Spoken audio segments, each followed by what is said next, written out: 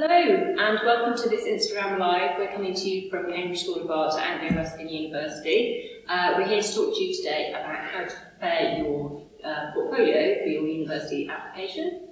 My name is Sarah, I work at ARU on the admissions side, and I'm here with... My name is Rosie, I'm a senior lecturer in fine arts and I teach across all 3 year groups of the BA. So, sorry. And I'm Chris Rafer, course leader for the illustration course at Cambridge School of Art. So thank you for submitting your questions in advance. We've got some those here to respond to today. So we had a question submitted, and I thought it was a really well put question, which is what is the main purpose of a portfolio? Essentially, what is the portfolio all about? Really good question. Certain courses, it's all about your exam results and decisions to make on that. In art schools, we need to see visual work. We're visual people, so obviously your exams are important and your personal statement, but we really need to see that visual work. What interests you? What are your passions about? So it pays to spend a little bit of time thinking about how to put a portfolio together. Cool. So Rosie, we've got loads of advice on our website which you can access via the different course pages. And we do say 15 to 20 pieces, but quite often people are confused about what we mean by pieces of work or projects, so could you just talk to us a bit about that? Yeah, I think in terms of pieces of work, they don't necessarily need to be final pieces of work. We obviously do want to see that, but we're also very keen to see work in progress or how you've reached that final piece of work. So I think when you're thinking about putting your portfolio together, focus on the things that you want to highlight, but please don't kind of hide the background workings of that. I think if you're putting a page together, that could include the kind of steps that it took to get there in terms of preliminary sketches or first versions before you've reached that final piece of work. Okay, so you don't want to see 20 final pieces of work and then loads of preparatory work as well? It could be preparatory work supporting the final 15 to 20. Okay, so Chris, we do say no more than 30 pieces, and if people have got work that they're really proud of, why wouldn't they share those with us? Well, there's 2 reasons. One is just the volume of work to look at. I think the danger is you end up putting scribbles when we're 4 years old and the entire story.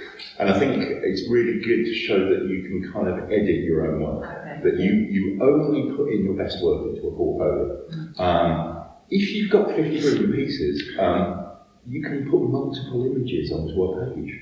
So when we were talking about developmental work and finished pieces, those don't have to be single slides or pages, but you could put multiple images, and that only really counts as one page. Okay. So Chris, so we had a question from an illustration student, and I think they really want to understand, what do you really want to see? What is it that you're looking for? So could you tell us 3 things, the top 3 things that you see in portfolios and you go, yes, I really like that, that's really great. Good question, and it's $1 million question, and it's really difficult to answer that because there is no perfect portfolio. I don't think realistically we can say, okay, gather around, here's the trade secret. Okay. But broadly, and I think this, to go for most courses, experimentation, an open-mindedness. You want to try things out. I think any course that you're applying for is going to challenge you at certain points, and we want to see that you're up for that you're going to try things out, not always successful, but an open-mindedness, a sense of curiosity. How does the world work? What gets you excited about the world? And that needs to come through in the work in the portfolio. And I suppose another word is commitment. Are you really up for this? Do you really want to do this? Any creative endeavour or career, you are going to have to be committed. And just seeing glimpses of that. We're not looking for the finished product in this portfolio, we're looking for potential. So yeah, curiosity, experimentation and commitment would be the 3 things that I'd be looking for in this portfolio. Perfect, thank you.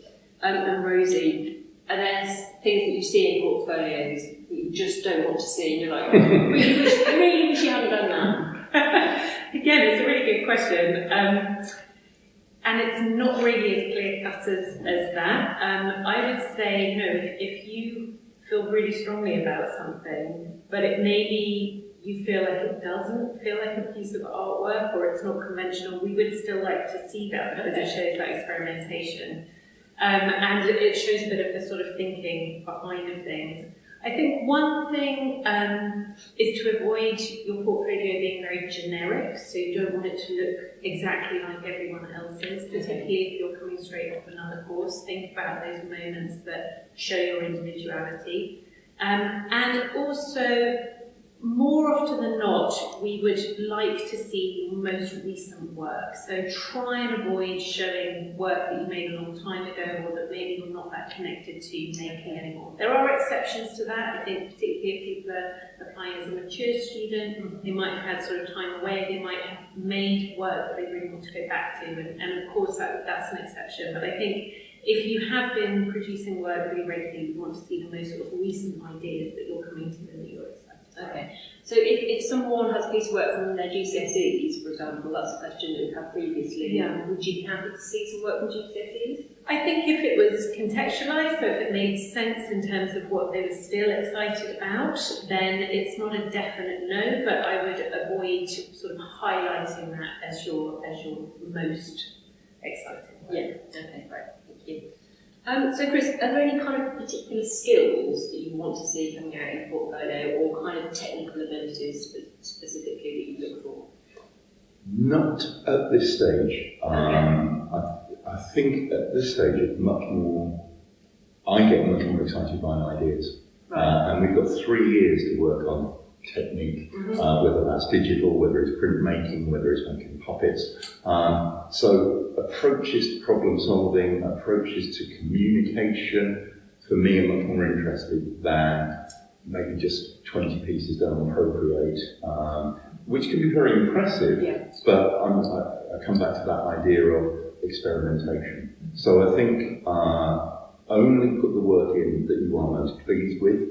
That could be a bit of GCSE work if it's appropriate, but work that you are excited about, and sometimes that means you don't know whether it's finished or not. And I love seeing that work, that potential in the portfolio.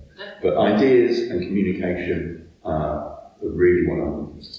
So we do put an emphasis here at Cambridge School of Art. We've got a long tradition of drawing and drawing skills. So would you say that drawing specifically is something that you look for in an illustration portfolio? In an illustration portfolio, yes. Right. And no one's expecting you to be a Michelangelo or a Raphael at this stage of your career, but an interest in drawing. So there are lots of courses out there with different emphasis. Some will really value drawing, some less so. But at Cambridge School of Art, we're definitely interested in drawing. And since lockdown, it's been really great to see people being able to go out to galleries, to cafes, and to draw on location. So I think there's a big difference between copying a photograph, which a lot of people can do that, or having the courage to go out and draw from observation. You could be outside, it could be setting up a still life, it could be doing some life drawing, but we really value that in the course here, so it's great to see some of that in the portfolio. Okay, so just on drawing from photographs, is that something you'd rather not see? Is some of it only? I think every creative person goes through a stage in their life where they learn from drawing from photographs. I think as you're going to university, we're letting go of that and we're looking for, okay, that's a technical skill. That's not communicating anything particular. So yeah, moving away from that copying from photographs. It's got its time, it's got its place, but I definitely wouldn't be putting too much of that in the portfolio.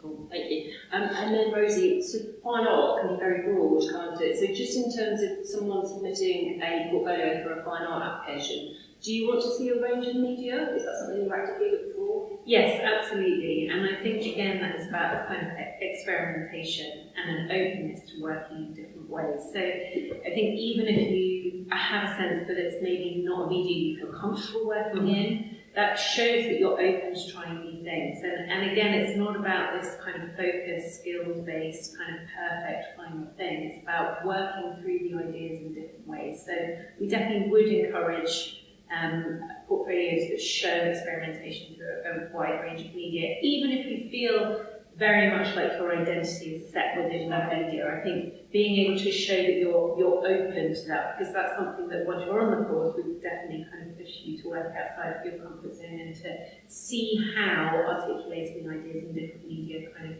result in different ways. Okay, that's really helpful. So even if you think that you're a painter and paint is your medium, you'd like to see different types of work as well. I think to have that experimentation there, even if there's, the core focus is on painting, I think to show that openness is important. Could I come in on that? Because I think it's a really interesting point that the 3 years of study allows you to develop, to try things out, to refine things, and I would hope that all of our students leave our degree courses doing completely different things to what they have in their application portfolio. And I think that's the exciting thing, is students arrive maybe with preconceptions about what they think they're going to do, and then exposed to all these different ways of working can find new strengths or passions, things that they didn't even know existed. Yeah, great. Thank you. And then I've got a similar question for you, Chris, really, which is if an illustrator is focused on a particular area of illustration, for example, like character design, and that's what they want to do,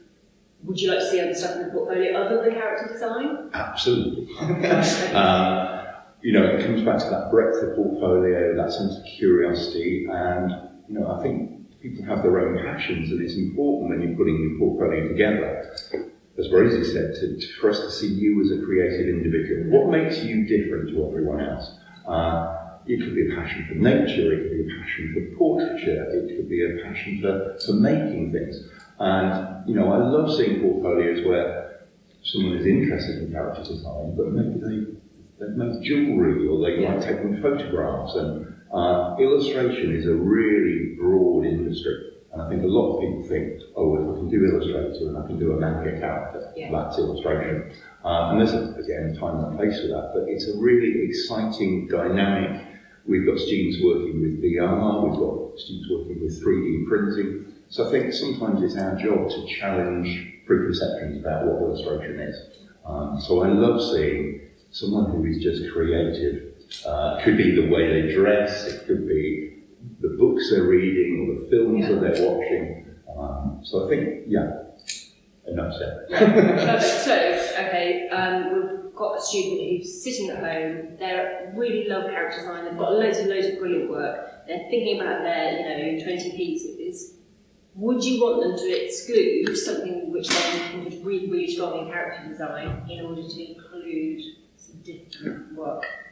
Which they Killer question. But to be honest, I don't think it's either or. Yeah. I think when you're putting the work together, if you are coming out in that portfolio, and let's be honest, a portfolio doesn't guarantee, a good portfolio doesn't necessarily guarantee you a place on a course. It might be that the course isn't suited to your interests and passions. Yeah. And I don't think you can expect that every course can cater for every passion. But I think it is important for that to come through. And I think, as Rosie was saying, thinking about how you edit and curate the work is really, really important. But I don't think anyone should feel that they've got to leave out work that they're really passionate about just to put bits of observation for it. Yeah. Okay. I don't think it's either or. Yeah. Okay. Thank you. So, Chris, another one for you. Is there a particular way that you'd like to see the portfolio structured in terms of what goes in, where it goes, those sorts of things? I think we're called admissions tutors, so we get to see an awful lot of portfolios. And there are different ways of putting portfolios together. My advice would be make it as easy as possible for the person looking at the portfolio to go through the work. I've had just random JPEGs sent in a folder. Of course I'll look through those, but I don't know if they're in the right order. So I think maybe putting a PDF together where you open with a really strong image, something that catches our attention, and I always say end on a really strong image, so the last thing I take away from looking at your portfolio, or we do, is a really strong impression. We will look at everything, but I think just bear in mind, if someone's looking at an awful lot of portfolios, try and make it as easy as possible for them to scroll through the images. Yeah, you want to enjoy the process, don't you? The positive process. Yeah. And then Rosie, Chris just mentioned PDFs. So are there different ways that the portfolio can be presented. So PDF might be one way. PDFs, website links is also good, particularly if you're working with things like moving image or there are other elements to the work. I think anything that shows the kind of structure of that portfolio works well, and PDFs are the easiest thing for us all to read, but I think any kind of link throughs to live websites is useful as well. And just coming back on that, on a practical note, if you're not familiar with PDFs, one of the easiest ways to do it is to make it a PowerPoint, export as a PDF, and I think, as Rosie was saying, using potential websites or YouTube, if you've got moving image, if you're an animator, or you're working with film or Vimeo, just make sure they're public and we can access them. And with that, also make sure that they only hold your artwork. So I think if you have links, even to something like Instagram, if that's just for your artwork page, that's okay. But I think don't use something that might have other like your personal Instagram account. And of course, the other thing is that, as well as a digital portfolio submission, so you can submit your portfolio digitally, either via our admissions portal, or you can email our admissions teams and you get sent information about that once you apply. Of course, people can come in. They can come in, can't they, and have a chat with you, Chris, or you, Rosie, and show your physical portfolio. So that's an option as well that people can access just by emailing our admissions teams and making those arrangements. I really enjoy meeting people and talking about the work, and I think one of the not the dangers, but one of the things I miss about digital portfolios is talking to the student or the applicant about why they've done things. And I think maybe we'll come on to that in a little while. Do you annotate your portfolio? Do you give them some written background to the project? What was the project that you were set and how did you solve it? And I really enjoy talking to students about the journey and how they solve certain problems. So Rosie, in terms of that, how much written context do you need to see about a piece of work? I think it can vary on which work you're saying, but I think this idea of showing some of the developmental background work, if that's annotated, that can be really helpful. I think particularly in terms of if it is a project that you were set, how you've interpreted that. I think it's all about wanting to see that sort of individual imagination. So we can read that through the imagery, but I think there are certain things that it's useful to have highlighted to us as well. And even if it was a matter of like the process that it took, that you went through in making something that might have been quite complicated or might have been something quite unusual, that we can see some of that in the imagery, but it might be, it's useful to know if you, say, dipped it in the river halfway through the process. And just on the back of that, there are definitely cases where I've looked at the portfolio and I've been a bit unclear about something, and I've asked if I can have either a Zoom call or a Teams call with the applicant just to kind of work out what's going on there. Yeah, and I think that's worth expanding on a little bit as well, because one of the questions that we had, Rosie, was how long should it take you to put your portfolio together? Yeah, I mean, it's a complicated question because that's really about producing the work. So there's producing the work, and then there is documenting the work, so taking good high quality photographs of it in order to then build up the portfolio imagery. So I would say with that it's really about making sure that you have given yourself enough time, that if then when you're maybe editing those photographs or you're putting them next to each other, you think, oh, it might be quite useful actually if I had an image of that in between step, or could I go back and take another picture of this? So there's not a set amount of time, but maybe over a few weeks, so you give yourself that kind of editing process to make sure that the final portfolio covers all of the work and all of the things that you want to describe in that. Yeah, I think that's really helpful. Don't rush it. Yeah, don't rush it. Obviously, we will tell you when we need your portfolio, and we can extend those deadlines for you. But also, the portfolio submission isn't the end of the road. So, for example, if there are unanswered questions, if Chris or Rosie or other admissions tutors see potential, you haven't quite told them enough or shown them enough, there's something else we need to see, we will get in touch with you and let you know about that. So, that's not the end of the road. We're happy to continue to explore things with you.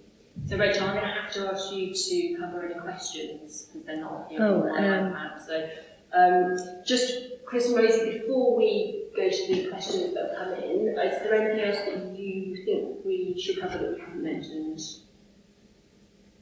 Can't think of anything. I think, we look at portfolios kind of day in, day out all year, and we forget how kind of confusing that can be for applicants. We're not born knowing how to put a portfolio together. I think we've covered most of the issues that we would be looking for in a portfolio. Yeah. We also have to make decisions sometimes in students' best interest that this is not the right course or it's not the right time. Yeah.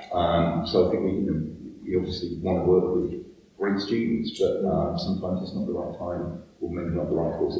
The decision we make, and it is always really difficult, is always in the applicant's best interest.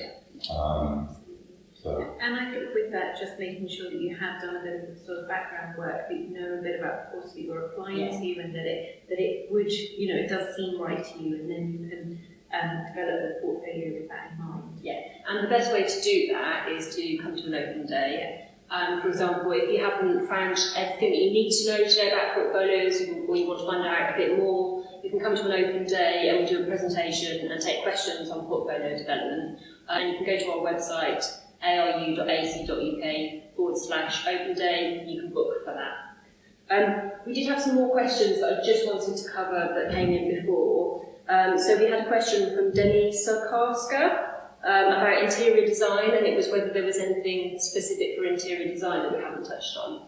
And I did reach out to Ben, who's one of the admissions tutors for that course, and he said because interior design considers space in relation to human beings, that he would want to see an understanding of the human body, so some work or drawings that relate to the human body. Sketches of humans are a clue that there is some curiosity about humans, which is a requirement for interior design, and therefore future clients, he said. And the other thing specific to interior design is 3D thinking, so any drawings that show perspective or scale or any sort of model making will be really good for an interior design portfolio. But as I say, if you come to an open day, you can chat to individual course leaders and admissions tutors about what they want to see specifically. We also had a question about an architecture portfolio.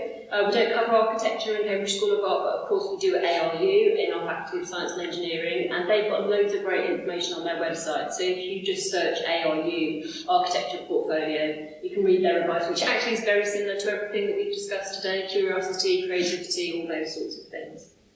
We do have more advice on our own website as well. So if you go to aru.ac.uk/CSA, Cambridge School of Art portfolio, you can find a breakdown of our advice there and how to submit for the portfolio. So I hope that was helpful. Thank you, Rosie, for your time, and Chris. Thank you. And hopefully we'll see you at an open day. Look forward to seeing your work. Good luck. Bye. Please stay in touch.